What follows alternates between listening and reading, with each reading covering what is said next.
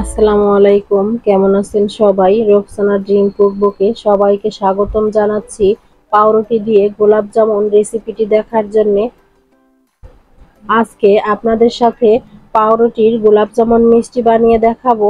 পাউরুটির গোলাপ জামুন মিষ্টি ভেবে অনেকেই অবাক হয়ে যাচ্ছেন যে এটা খেতে কেমন লাগবে আর এটা কি মিষ্টির মতোই হয় কিনা। আমরা ছানা কিংবা মাওয়া দিয়ে যে গোলাপ জামুনটা বানাই ঠিক তেমনই হয় কিনা। পাউরুটির গোলাপ জামুন মিষ্টি কিন্তু আলাদা একটা স্বাদ আছে।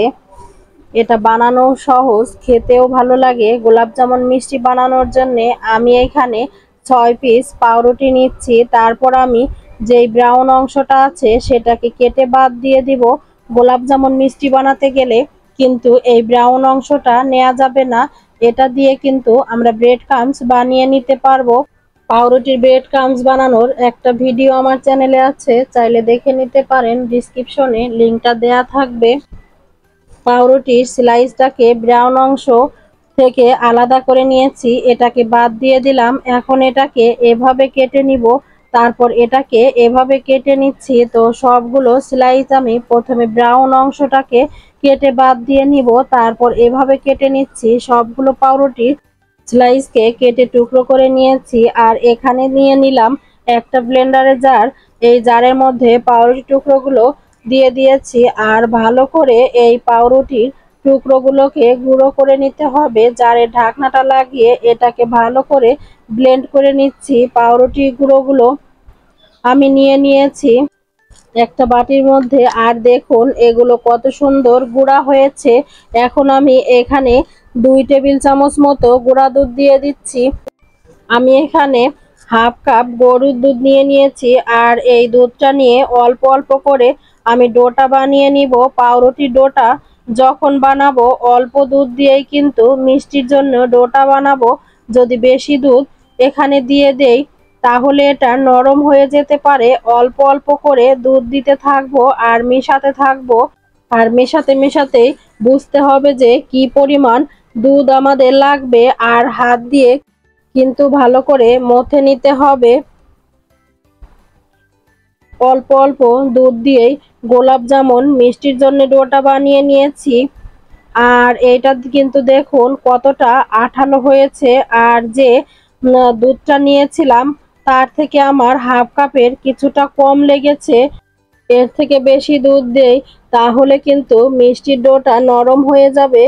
তো মিষ্টির ডোটা আমাদের বানানো হয়ে গিয়েছে। এখন আমি এটাকে রেস্টে রেখে দিব 10 মিনিটের জন্যে। 10 মিনিট পর ফিরে আসলাম।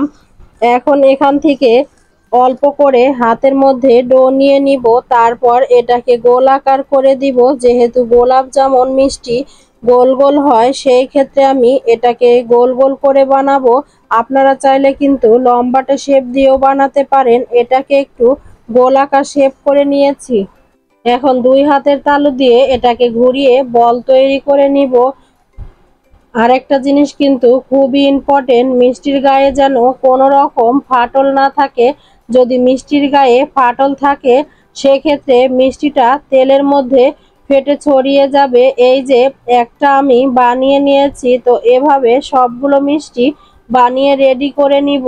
সবগুলো মিষ্টি আমি বানিয়ে নিয়েছি। মিষ্টিগুলো ভাজার জন্যে চুলার মধ্যে একটা প্যান বসিয়ে তেল দিয়েছি গরম হওয়ার জন্যে। আর তেলটাকে গরম করে এক এক করে সবগুলো মিষ্টি দিয়ে দিব। মিষ্টিগুলো দিয়ে দিলাম, এভাবে কিছুক্ষণ রেখে দিচ্ছি। মিষ্টিগুলো তেলের মধ্যে এভাবে রেখে দিয়েছিলাম। এখন এগুলোকে উল্টিয়ে দেব। প্রত্যেকটা মিষ্টি আমি উল্টিয়ে দিয়েছি। আর চুলার আঁচটা কিন্তু মিডিয়াম রাখতে হবে। চুলার আঁচ মিডিয়াম করে মিষ্টিগুলোকে আমি ভেজে নিব।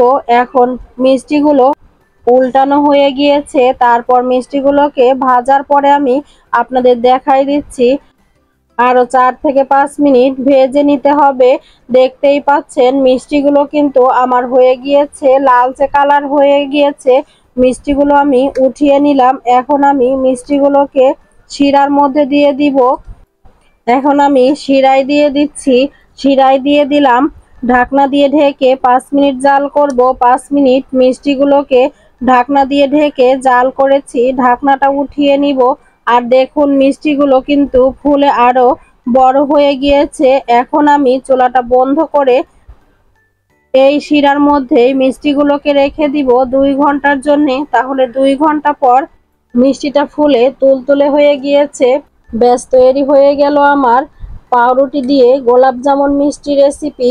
আমার ভিডিওর কোথাও কোনো অংশ যদি আপনাদের কাছে ভালো লেগে থাকে, প্লিজ ভিডিওটিতে একটি লাইক দিতে ভুলবেন না। আর এ ধরনের রেসিপি আরও দেখতে চাইলে চ্যানেলটি সাবস্ক্রাইব করে নিতে পারেন। আর ফেসবুক পেজ থেকে দেখে থাকলে পেজটি ফলো করে পাশেই থাকবেন।